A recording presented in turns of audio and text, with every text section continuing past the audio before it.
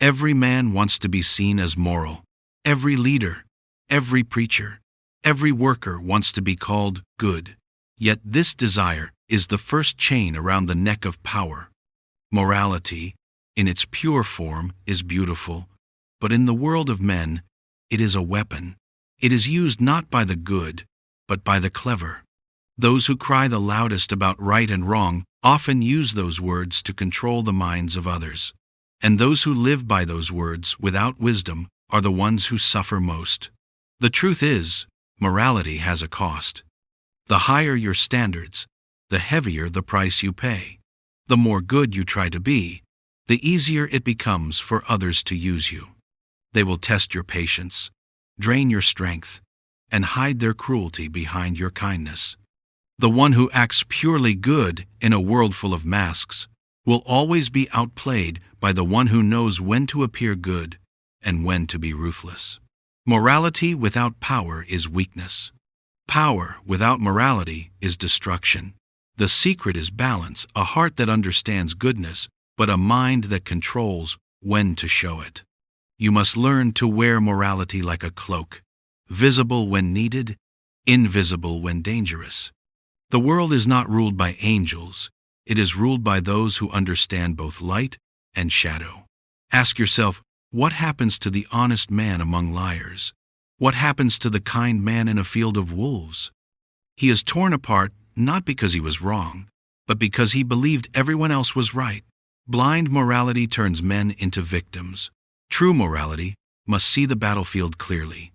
It must know that sometimes peace requires war, and mercy demands strength. When you walk in this world, walk with clean intentions, but guarded actions. Never announce your goodness. Let it be your secret weapon. Those who speak too much about virtue are often hiding their corruption. And those who quietly act with purpose are often the ones who truly change the game. Understand this. Every great man who survived history paid the cost of morality wisely. He learned when to bend the rules, when to stand firm, and when to disappear behind silence. The weak confuse goodness with obedience. But goodness is not about bowing down, it is about holding your principles even when they are inconvenient, and yet never letting those principles destroy your strategy. The cost of morality is not money or fame, it is peace. The more moral you try to be, the more wars you will fight within yourself. The world will tempt you to betray your values, and your values will demand you to reject comfort. To live as a moral being in a corrupt world is to walk through fire without being burned. Few can do it. Fewer can survive it. So, be wise. Do not kill your instincts in the name of morality. Let your conscience guide you, but let your mind protect you. The world does not reward purity, it rewards power. Yet power without inner control becomes poison. You must master both the mask and the soul. That is the secret truth. Morality is not for everyone. It is for the few who can carry it through pain, through betrayal, through temptation, and still remain unbroken. True morality is not what you show the world. It is what you protect inside yourself when the world tries to corrupt you. Morality is one of the most powerful inventions of mankind. It was created to guide people, to shape societies, to define what is good and what is evil. But over time, something subtle happened. Morality stopped being a path to truth and became a weapon of influence. It became a way for the few to control the many. Those who understood this secret began to use morality not to live by it, but to make others live by it.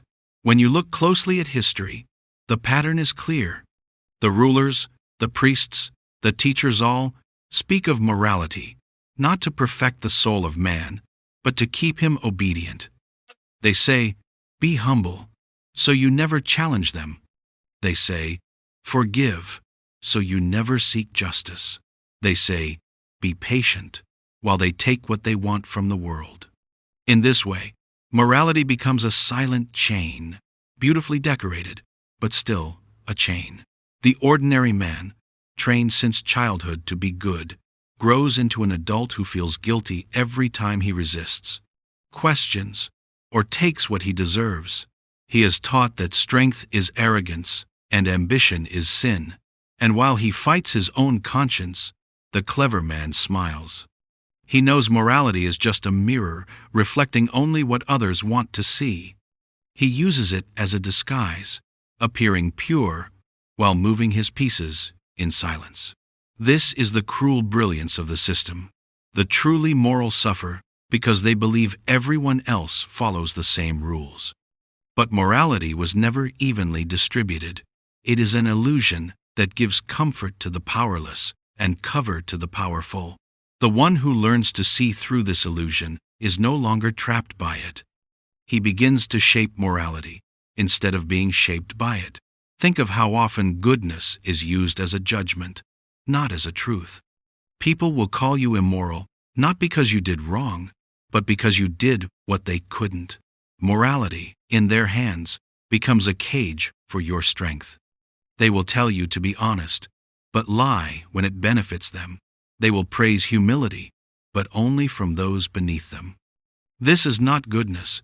It is manipulation disguised as virtue.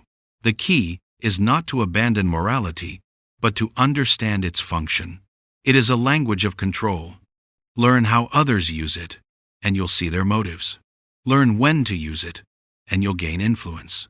The powerful do not preach morality, they design it. They decide what is right and wrong based on what keeps their world in order. The wise man sees this and adapts. He acts with understanding, not blind obedience. In the game of influence, morality is a mask you must know how to wear and when to remove. Show it when it earns trust. Hide it when it limits progress. A moral image opens doors that force never could, but believing in that image too deeply will make you a prisoner of it. Control morality. Don't let it control you. The truth is harsh but liberating. Morality is not pure light. It is a tool forged by power. Those who hold it in their hands can command others without lifting a sword. Those who bow to it blindly become their servants.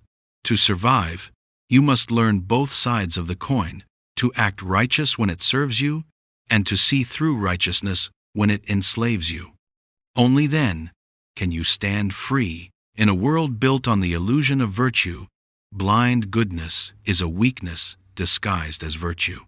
It teaches you to see the world through a soft lens, to believe that kindness always wins, and that truth always rises to the top. But the reality of life is much darker. The world is not filled with saints, it is filled with strategists. Those who act purely good in a world full of deceit become easy prey for the ones who know how to use that goodness for their own gain. When you act from blind goodness, you assume others think like you. You assume they value honesty, loyalty, and fairness as much as you do. But most people don't. They value advantage. They value survival. They will take your honesty as an opportunity, your mercy as permission, and your loyalty as control. They will praise your goodness while they use it against you, and when you finally wake up, you will be blamed for being too trusting, as if it were your fault for believing in decency. Blind goodness removes your ability to see danger. It blinds you to hidden motives, to quiet manipulation, to the subtle art of deceit. You begin to interpret every cruel act as a misunderstanding, every betrayal as an accident. You tell yourself people will change if you just love them enough, forgive them enough, or wait long enough. But people rarely change, they just get better at pretending. And by the time you realize it, your energy, your peace, and your power are already gone. Kindness, without boundaries, becomes self-destruction. There is a difference between being good and being naive. Being good means you choose to act with integrity, even when it's hard. Being naive means you refuse to see that others may not do the same. The good man with open eyes survives. The good man with blind faith is devoured. Every manipulator searches for one thing, a heart that won't fight back. Blind goodness gives them that gift.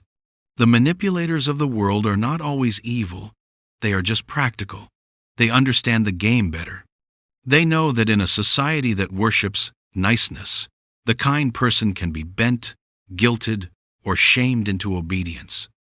Do the right thing, they'll whisper, when the right thing benefits them. Don't be selfish, they'll say, when you finally try to protect yourself. In that moment, your own virtue becomes the chain that binds you. To protect yourself, you must learn to separate goodness from blindness. The strongest people are not cruel, they are clear. They know how to say no without guilt, how to walk away without explanation, and how to show mercy without becoming a fool. They understand that compassion without wisdom becomes corruption. Real goodness is not about letting others take from you, it's about giving on your own terms. It's about choosing when to help, when to fight, and when to remain silent. You cannot control the evil in others, but you can control your access to it. You can be a kind person with sharp eyes, a gentle soul with strong boundaries. Blind goodness is the path of the broken. Wise goodness is the path of the powerful. Once you see the difference, you will stop being used by the cunning and start being respected by them. The moment you stop expecting fairness from the world is the moment you gain true freedom. Be good, but not blind. Be kind, but not naive. And never let your virtue become someone else's strategy. Power and morality are two forces that constantly pull against each other. When one exists without the other, chaos follows. Power without morality becomes cruelty. It consumes, manipulates, and destroys everything in its path. Morality without power, on the other hand, becomes helplessness. It preaches ideals but changes nothing. To live wisely, you must learn how to hold both strength with conscience, control with compassion. A man with only power becomes feared, but never loved. He builds his throne on fear, but fear is fragile. It fades the moment his strength is tested. His empire may rise fast, but it burns even faster because it lacks a foundation of respect. Such a man is like fire, intense but uncontrollable. His victories are loud but short-lived. Without morality to guide him, his ambition eventually turns into his own punishment. He wins the world and loses his soul. But the man with only morality, he suffers a different fate. He dreams of justice but cannot enforce it. He speaks of peace but has no weapon to defend it. His voice is noble but powerless. The world hears him and applauds, but secretly ignores him. His purity earns admiration, not influence. In a world ruled by force and deception, pure goodness becomes invisible. The moral man without strength ends up a spectator in his own life, watching evil move freely, because he lacks the courage or the means to stop it. Power and morality must be like the sword and the hand that wields it. Power gives motion, morality gives direction. One without the other is either destruction or decay. The art of true mastery is to blend them, to be strong enough to act, yet wise enough to know when not to. You must learn to fight with a purpose higher than your ego, but never so selfless that others trample you. There will be times when morality demands you to stand still, and times when power demands you to strike. You must have the vision to recognize both moments. The world does not reward those who choose only one side. It respects those who can hold both without losing balance. The truly powerful man is not ruthless. He is disciplined. He knows his limits, but never allows others to decide them for him. Power without morality makes you a beast. Morality without power makes you a victim. But when you unite them, you become untouchable. You can lead without oppression, and you can serve without submission. You stop reacting to the world and start shaping it. You stop being controlled by guilt or greed and begin moving by design. This is the rarest kind of strength, the one that doesn't need to boast, doesn't need to conquer to prove itself. It acts when it must, and waits when it should. It knows that true power is not about taking, but about choosing wisely when to take. True morality is not about saying yes to everything good, it's about knowing when no is the only moral choice left. In the end, both power and morality are dangerous alone. But when joined, they create something divine, a force that can protect, build, and transform. The wise don't pick between being good or powerful, they learn how to be both. And that balance is what separates those who rule their destiny from those who are ruled by it. The world does not reward those who are simply good. It rewards those who appear good while thinking like strategists. To appear moral is to build a shield of trust. To act with strategy is to ensure survival behind that shield. Most people confuse appearance with essence. They believe that being moral and appearing moral are the same thing, but they are not. The appearance of virtue wins hearts, while the practice of strategy wins wars. People judge what they see, not what is true. They are drawn to symbols, smiles, words, gestures that look pure. If you can master the art of seeming moral, people will open doors for you that force could never unlock. They will follow you, defend you, even worship you, because they believe your face represents safety. Yet behind that calm face, you must think like a chess player, never revealing your real moves until the right moment. To appear moral means you control perception. You decide how others see you, and in doing so, you control their reactions. When others trust you, they lower their guard. When they believe you are incapable of deception, they stop watching. This is where your true power lies, not in aggression, but in invisibility. The most effective strategist is not the loud warrior, but the quiet saint who calculates in silence. But remember, appearing moral is not hypocrisy when it serves purpose. It is wisdom. The world has never been ruled by those who show their full face. Every empire, every great leader, every survivor of history wore a mask. The mask is not a lie. It is a layer of protection. If you reveal your true intentions too early, the envious will destroy you. If you hide them completely, you will destroy yourself. The art is in the balance, enough light to inspire faith, enough shadow to protect your plan. Acting with strategy means understanding timing, emotion, and consequence. The moral image gives you patience. Strategy gives you precision. You don't need to fight every battle, only the ones that matter. You don't need to tell every truth, only the ones that build your strength. This is not deceit, it is intelligence. Truth, when unguarded, becomes a weapon against the one who speaks it. Those who try to live purely moral lives without strategy end up betrayed by their own honesty. They speak too soon, forgive too easily, and trust too quickly. Those who live purely strategic lives without morality lose everything worth fighting for. Their victories turn to isolation, their names rot in history. But those who learn to appear moral while acting with strategy build lasting influence. They are respected by the righteous and feared by the cunning. So, move carefully. Speak like a poet, but think like a tactician. Let your actions be quiet, but deliberate. Do not explain yourself to those who judge appearances. Let them see what you want them to see. Every saint is loved. Every strategist is respected. But the one who can be both is untouchable. This is the secret truth. The world doesn't need to know what's real in your heart. It only needs to believe what you show.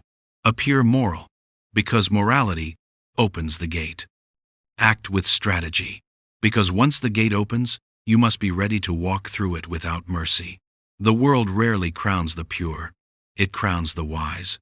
Purity may be noble, but wisdom is powerful. The pure man lives by what should be, while the wise man moves through what is. The pure sees the world in black and white, while the wise understands the shades in between. In the theater of life, it is not innocence that wins, it is awareness, timing, and the quiet ability to adapt. Purity believes in ideals.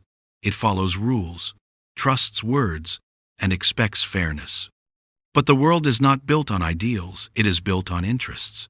The pure man's strength is his honesty, yet that same honesty exposes his weakness. He moves in a straight line, while others move in circles around him. The wise man, however, knows that truth without understanding is useless. He sees the traps beneath polite words, the motives behind smiles, and the dangers hidden inside promises. His eyes are open, not because he distrusts the world, but because he understands it. Wisdom does not mean abandoning morality, it means directing it.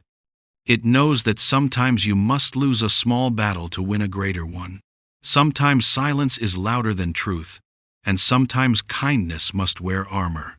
The wise man bends without breaking. He retreats when he must, only to return stronger. The pure man, rigid in his virtue, often shatters under pressure, because he cannot adjust without feeling guilt. The wise man knows that guilt changes nothing, only decisions do. The world respects results, not intentions. It listens to the voice of the one who wins, not the one who complains about fairness. The pure man hopes the world will reward his goodness. The wise man makes sure it does. He studies people the way others study books. He learns patterns, motives, and desires.